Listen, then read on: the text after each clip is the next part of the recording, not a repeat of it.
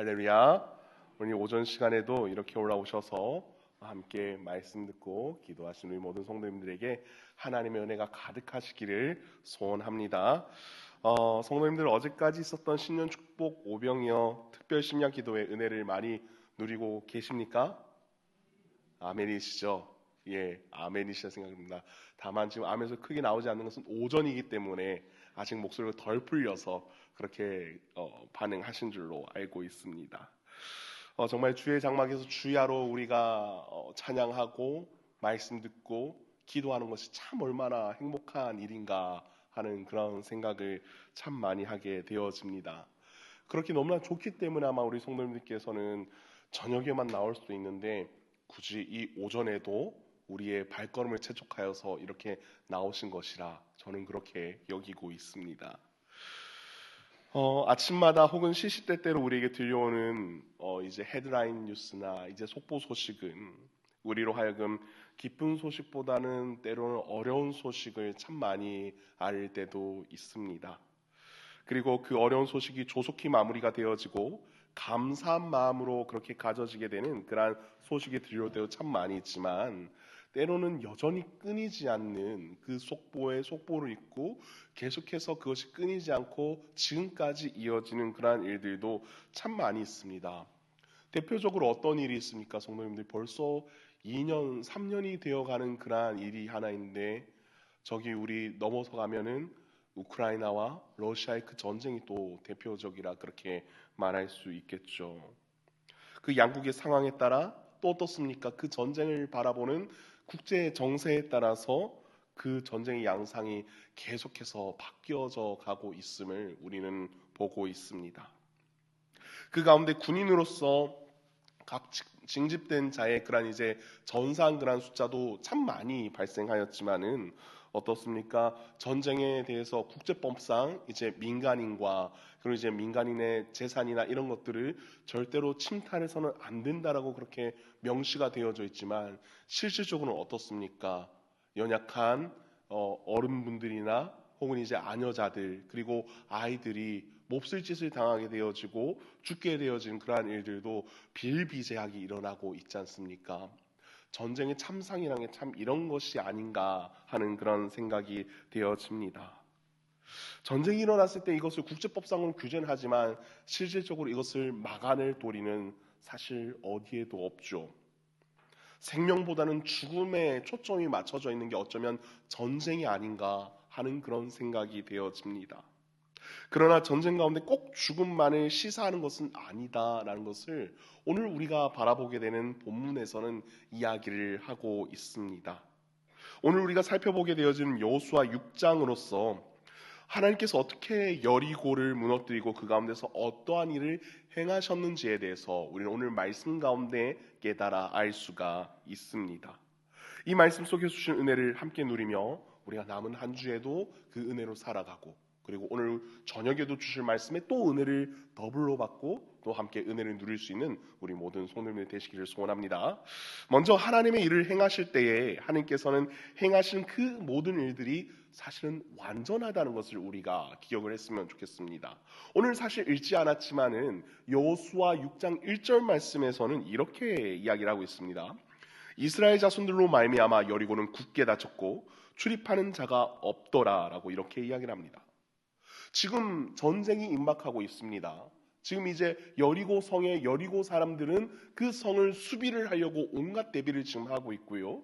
그리고 이스라엘 사람들은 하나님의 명령에 따라 여리고 성 앞에 지금 진을 치고 있는 그런 상황 가운데 있습니다. 소위 이것을 어떠한 전쟁이라고 이야기하면 공성전이라고 이야기하죠. 성을 공격하는 그런 전쟁이라고 해서 공성전이라고 그렇게 이야기합니다. 그래서 이 이스라엘은 이 성을 공격해야 되는 그런 상황이고 여리고는 어떻게든 이 성을 수비를 해야 되는 그런 상황 가운데 지금 대척하고 있는 것이죠. 성문을 걸어 잠그고 그들의 공격에 막아서려고 하고 있습니다. 여리고는 상당히 근데 큰 성이었습니다.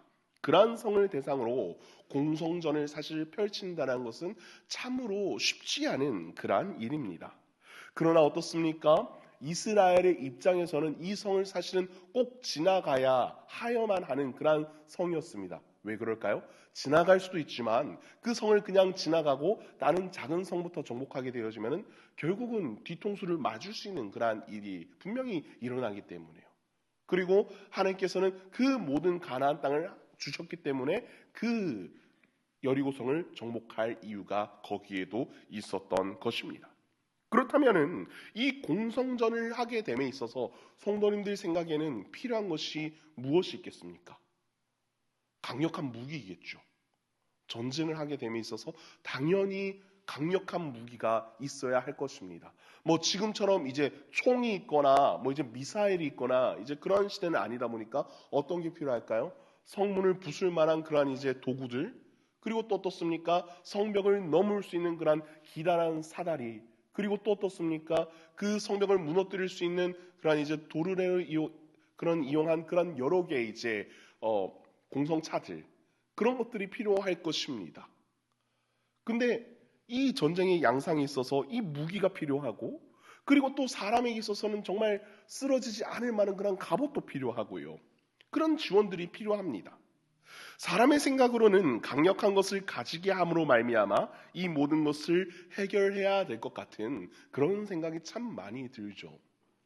성도님도 어떻습니까? 지금 현대에 있어서 지금 21세기를 보내고 있는 지금 이때에 우리 모두가 공통으로 생각하고 있는 것 중에 하나가 전 세계에서 최대 전쟁의 강국이 어디라고 생각하십니까? 미국이죠. 미국이죠. 소위 말해서 미국을 우리는 뭐라고 부르냐고 하면 천조국이라고 부릅니다. 국방비에만 1,000조를 쓴다고 해서 천조국이라고 우리는 그렇게 부르고 있죠. 그 어느 나라도 미국을 건드리지 못합니다. 왜요? 미국을 건드렸다고 한다면은 그 나라가 그냥 아예 지도상에서 없어질 수 있을 만한 그러한 힘을 미국은 가지고 있기 때문입니다. 사람의 생각으로는 이렇게 대비를 하고 이런 힘을 가지고 있어야지 이 모든 게 해결될 것 같다. 이런 생각을 하고 있다는 겁니다. 그런데 하나님의 생각에 있어서는 이것은 전혀 다른 양상의 생각을 사실은 하나님 하고 계셨습니다. 칼을 들지도 않고 강력한 무기를 수여해 주셔서 전쟁에 수월하게 그렇게 할 수 있다. 이런 생각을 주시지도 않으셨습니다. 하나님께서는 이렇게 말씀하시죠. 오늘 본문 읽지 않았지만 6장 2절 말씀에서 이렇게 이야기합니다. 여호와께서 요수아에게 이르시되 보라 내가 여리고와 그 왕과 용사들을 내 손에 넘겨주었으니. 성도님 사실 이쯤 하면은 하나님께서 뿅 하고 군사를 더 보내주시거나 무기를 더 주셔야 되거나 그래야 되는 것 아닙니까? 지금 전쟁을 하려고 모여 있는데 말이죠. 전쟁해야 되는데 좋은 무기가 있어야 되지 않습니까? 근데 그렇지 않습니다. 갑자기 하나님께서는 그들에게 모든 군사들은 여리고성 주위를 둘러서 그 주위를 6일 동안 한 바퀴씩 돌아봐라. 그렇게 이야기를 하십니다. 그 6일 동안 이스라엘 백성들이 하나님께서 하라고 하신 대로 그렇게 돌고 있는데 사실 어떨까요, 성도님들? 그 6일을 그냥 여리고성 전체를 한 바퀴씩 돌아봐라. 그렇게 하면은 성도님들이 전쟁해야 됩니다. 그러다가 이제 돌다가 화살 한 방이라도 맞을 수도 있는데 납득이 되시겠습니까? 쉽지 않죠. 근데 하나님 지금 그거를 요구를 하고 계신 것입니다. 어쩌면 이 6일 동안 성 주위를 도는 것에 있어서 여리고성을 향하여서 이스라엘이 정말 당도 있다는 전쟁 임박을 알린 것이 되니까 긴장감만 더욱더 증폭될 수도 있겠지요. 그러나 그들과 전투를 했을 때 지금 현재 이스라엘 상태에 있어서 100% 이길 수 있다는 그런 물리적인 그런 승리의 조건이 있는 것도 아니었습니다. 어떠한 것도 우세하지 않았습니다. 기본적으로 공성전이라는 것은요, 수비가 훨씬 유리하고 공격에 있어서는 적어도 3배 이상의 그런 전력을 가지고 있어야지 이길 수 있다. 그나마 전쟁을 할 만하다라는 게 전쟁 이제 전문가들의 그런 지론이라고 할 수 있습니다. 그런데 하나님께서는 어떻게 하십니까? 사람의 생각으로 필요하다 생각되는 것을 주시지 않으셨습니다. 도리어 제사장 7에게 양각 나팔을 잡고 7번째 날에는 성을 7번 돌고 나팔을 불고 나팔 소리가 들 때 온 백성이 와 하고 그렇게 소리를 지르라. 그렇게 하면은 성벽이 무너져 내릴 거다라고 그렇게 말씀을 하시죠. 성도님들 조금 다른 이야기를 할 텐데요. 우리나라의 지금 현대의 랜드마크라고 한다면 성도님은 어떤 것을 가장 먼저 떠오르시겠습니까? 전통적인 랜드마크라고 한다면 광화문, 경복궁 이렇게 떠올릴 수 있으시겠죠. 근데 지금 현대에 그래도 대한민국의 랜드마크라고 한다면 잠실에 있는 롯데타워가 아닐까요? 많은 사람들이 거기로 관광을 오고 심지어 외국인들도 그 롯데타워에 많이 관광을 오고 있습니다. 근데 만약에 하나님께서 저와 여러분들에게 오늘 이 시간 너희는 6일 동안 한 바퀴씩 롯데타워 주위를 한 바퀴씩 돌고 7일이 되면은 너희들은 나팔을 불고 소리를 질러라. 성도는 어떻게 하시겠습니까? 하나님 무슨 말씀이세요? 그렇게 말하지 않겠습니까? 이스라엘 그렇게 아마 받아들였을 수도 있습니다. 그렇지만은 하나님께서 하시겠다라고 말씀하시면 하나님은 어떠하신 분이십니까? 반드시 하시는 그런 하나님이시죠. 우리는 거기에 순종하면서 사실 나아갈 뿐이죠. 그리고 6장 초반절에 제사장들도 몇 명입니까? 아까 이야기했지만 7명이라고 그렇게 이야기합니다. 그리고 성을 도는 횟수는 몇 번입니까? 7번 돌죠. 성을 총 도는 날은 며칠입니까? 7번 돌죠. 7이 계속해서 나오고 있습니다. 정말 익숙한 숫자죠. 성경에서 말하는 7이라는 숫자는 우리 성도님들이 잘 알고 계시지만 완전하다라는 그런 의미를 가지고 있는 완전수입니다. 이 7이 또 익숙한 것이는데 어디서 가장 먼저 익숙하게 들려지시죠? 창세기를 처음에 보시게 되어지면은 천지창조에서 그 7이 등장하지 않습니까? 그 7일 동안 6일 동안 천지를 창조하시고 일곱째 날에 안식하셨다. 그 말은 뭐냐면은 하나님께서 지으신 그 모든 것이 더할 나위 없이 완벽하다. perfect.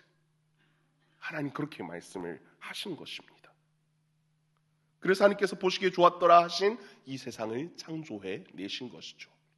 그렇다면 하나님께서 이 가나안 정복 시작에 있어서 완전하게 간섭하고 계시고 완벽한 계획으로 정복하고 계시겠다는 마스터 플랜을 지금 가동하고 계신다. 지금 이것을 이야기를 하고 있는 것입니다.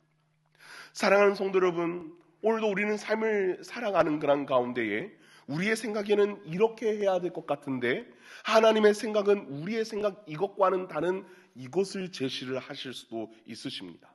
그러나 7 양강 나팔을 들고 7번을 돌고 소리 지르기를 7일째 한 것과 같이 세상의 상식이 어떠하였든지 하나님의 계획은 신실하시고 절대적으로 가장 큰 선, 영광으로 나아가게 하신다는 사실을 기억하고 때로는 의심될 때도 있지만 그럴 때도 하나님 저에게 의심되는 마음이 있지만 그럼에도 이 의심되는 마음을 잠시 억누르게 하여 주시옵시고 선하신 그 계획을 신실하게 믿으며 나아갈 수 있는 믿음을 허락하여 주시옵소서. 그렇게 간절히 아뢰면서 나아가실 수 있는 우리 모든 신강교회 성도님들 되실 수 있기를 소원합니다.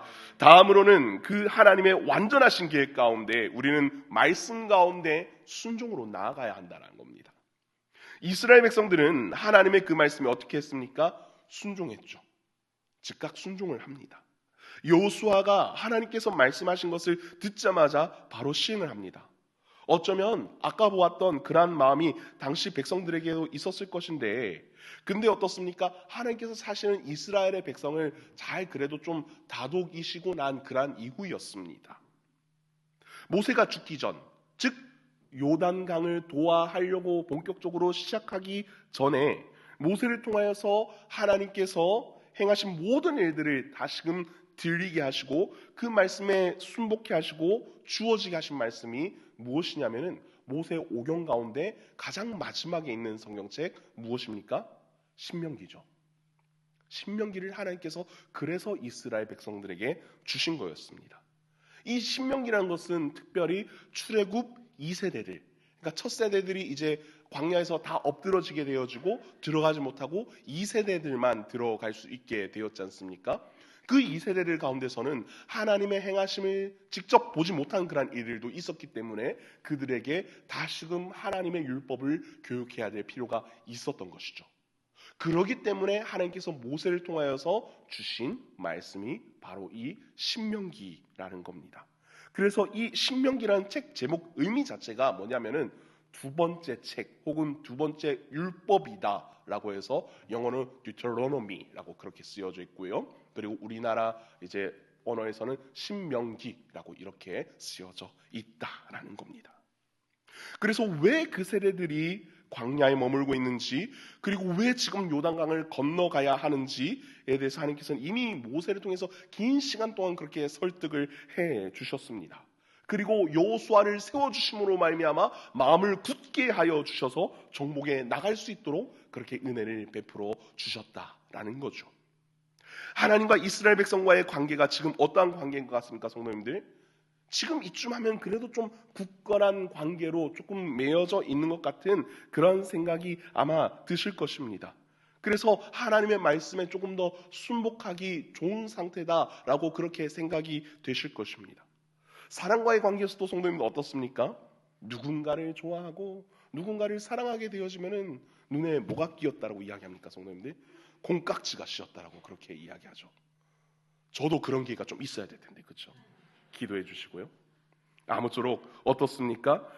사랑과의 관계도 이렇게 콩깍지가 씌이면은 뭔들 다 하지 않습니까? 하물며 하나님과의 그런 관계에 있어서 어떻습니까? 이 콩깍지가 씌이게 되면은 어떻습니까? 하나님을 위해서 뭐든지 다 하지 않습니까? 우리 성도님들 이 신강교회에 모여서 예배를 드리신 이유가 뭡니까? 하나님과 콩깍지가 씌었기 때문에 우리 지금 이렇게 하나님 앞에 모여서 예배드리고 기도하고 그런 것 아니겠습니까? 어제까지 우리 특별 심야 기도회 2일차를 지나가고 있었습니다. 저는 항상 이제 찬양을 하고 나서 이제 모든 이제 공식적인 기도가 마쳐지게 되면은 저 항상 저기 이제 잠옷을 앞으로 가서 저기서 좀 구석에서 기도를 하고 있었습니다. 근데 이제 2일차 지나갈 뿐인데요. 사실 이제 찬양하고 이제 그런 가운데 있어서 목은 사실 좀 피로합니다. 그렇지만 그럼에도 불구하고 하나님께서 주시는 은혜가 정말로 많이 있음을 함께 나누고 또 고백하고 싶습니다. 그 시간 통하여서 부르짖고 은혜를 구하며 나아가니까 하나님께 엎드리니까요. 하나님께서는 제 마음 가운데 희석아 네가 좀 더 기도했으면 좋겠다. 네가 기도로 좀 더 엎드렸으면 좋겠다. 그렇게 계속 마음을 저에게 부어주시더라고요. 그래서 죄송합니다. 우리 성도님들 가운데 좀 조용하게 기도하고 계신 분들도 계시고 그렇게 원하시는 분들 계실 텐데 저기에서 주여 하면서 크게 들리는 소리 있으면 아마 이성 목사일 겁니다. 근데 그렇게 정말 기도하고 싶더라고요. 저는 하나님 앞에. 하나님 제가 정말 살기를 원합니다. 교육자인 제가 살아야지 우리 성도님들에게 생명력 있는 말씀을 더욱더 전할 수 있습니다. 하나님 저의 마음을 좀 깨끗하게 하여 주시고 살려주시고 그리고 우리 동역자들에게 그리고 말씀 선포하시는 담임 목사님 힘있게 생명력 있는 말씀 전해주시면 더욱더 성령 충만케 하여 주시옵소서. 정말 그 말씀 드릴 때마다 모든 성도님들 그 말씀에 감화감목되어서 정말 하나님의 말씀에 은혜 누리며 살아갈 수 있도록 인도하여 달라고 계속 그 시간 동안 기도하게 되어지더라고요. 그래서 하나님의 그 말씀을 두고서 기도하고 계속해서 그 자리에서 기도하게 되어지는 것 같습니다. 그래서 그 가운데 어떻습니까? 성도님이 기도하면 할수록 하나님이 싫어지느냐? 아니죠. 더욱더 좋아지죠. 성도님들 아마 떠올려 보십시오. 예전에 지금 살고 계신 이제 배우자분들과 연애를 하셨을 때를요. 언제였더라? 이렇게 생각할 수 있으시지만 그래도 그때 처음 만났을 때 그리고 이제 결혼식을 막 이제 올리려고 할 때 그 순간 생각해 보시게 되면은 어떻습니까? 수줍지만 더욱더 좋아하게 되고 한마디 좀 더 건네보고 싶게 되어지고 어떻습니까? 집에 발에다 줘야 되는데 일부러 버스 정류장 한정거장 앞에서 내려가지고 천천히 좀 걸어다 보고요. 그렇죠? 그렇게 되지 않습니까? 하나님과 기도하게 되면 계속해서 그렇게 되는 것 같습니다. 물론 피곤하죠. 피곤하고 그 다음날에 일정들도 있으시겠지만은 하나님이 너무 좋으면 그렇게 되는 것 같습니다. 그래서 하나님께서는 어떻게 하든지 기도하는 마음 그리고 기도하게 하심으로 말미암아 순종하는 마음도 그렇게 허락하여 주신다라는 거죠. 그리고 하나님께서 깨닫게 하신 뜻 그리고 그 마음이 함께하게 되었을 때에 오늘 16절 읽지 않았지만은 16절 말씀 보시면은 하반절에 여호와께서 너희에게 이 성을 주셨느니라 이 뜻을 말씀하실 때 담대하게 선포하면서 전진할 수 있다라는 거죠. 성도님들 세상이 경고해서 순종할 수 없을 것만 같습니까? 그러나 그것은 하나님보다 세상이 더욱더 크게 보이기 때문에 사실 그런 것이죠. 소위 말해서 아까 표현한 것처럼 하나님께로 콩깍지가 씌인 것이 아니라 세상에 콩깍지가 씌었기 때문에 그런 것입니다. 그래서 세상이 커 보이기 때문에 나는 아무것도 할 수 없어. 하나님이 도와주셔서 이거는 안 되는 일이야. 이렇게 우리가 치부하고 넘어가는 일이 참으로 많을 수 있습니다. 그렇지만 어떻습니까, 성도님들? 우리에게 주신 가장 큰 무기가 무엇입니까? 말씀의 무기가 있고요. 우리 가운데 기도의 무기가 있다는 것을 우리 성도님들 기억하면서 나아가실 수 있기를 소원합니다. 그래서 우리의 마음 가운데 하나님, 지금 제 눈에는 물리적인 눈으로는 저 세상이 너무나 커 보이는데 저 세상보다 크신 하나님을 의지하기를 원합니다. 하나님 함께하여 주시고 하나님 믿음의 눈을 들어보았을 때에 저 세상의 세력들이 무너지고 오직 주만 볼 수 있도록 인도하여 주시옵소서. 그렇게 담대하게 나아가실 수 있는 우리 모든 성도님들 되실 수 있기를 소원합니다. 그렇게 한다면 하나님께서 우리에게 마음을 주셔서 능히 헤쳐나갈 힘을 허락해 주실 줄로 믿습니다. 마지막으로 순종하며 엎드리는 자에게 하나님께서는 살리는 은혜를 주신다는 겁니다. 17절과 22절에서 여호수아가 그 가운데에서 계속해서 이야기하는 것이 있습니다. 그것은 뭐냐면 바로 그것은 이스라엘에게 적극적으로 협력하였었던 여호와를 두려워하고 경외하였던 누굴까요? 라합을 살려주라. 라합과 그의 가족을 살려주라. 그렇게 이야기를 합니다. 전쟁 가운데 살리는 은혜가 있다라는 거죠. 그리고 그 여리고에 대해서는 불사르는 정복만이 있었던 것입니다. 그리고 그들과 전혀 섞이지 않게 하기 위해서 모든 것을 불살라 없애버리게 됩니다. 여리고에도 그들의 문화가 있었을 것입니다. 그러나 하나님을 대항하는 문화라고 한다면은 하나님 입장에서는 그 문화는 있으면 안 되는 그런 문화이죠. 과감하게 주워버리고 없애버리고 결단을 해야 하는 것이 필요했다라는 겁니다.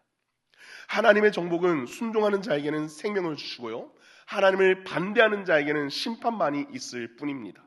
중요한 것은 순종하는 가운데 생명이 우리 가운데 주어진다는 것이죠. 라합은 정말로 천하지 천한 그런 신분이었습니다. 성경에서 보았을 때에 라합의 신분이 무엇이었습니까? 기생이었죠. 너무나 천한 신분이었습니다. 아무도 알아주지 않고 아무도 인정하지 않는 그러한 신분이었습니다. 그러나 하나님을 알고 경외하는 그러한 자였습니다. 하나님께서 하시고자 하는 일이었던 가나안 정복의 첫 관문으로 여리고 전투의 정탐꾼을 지켜줌으로 커다란 공적을 세우게 되었죠.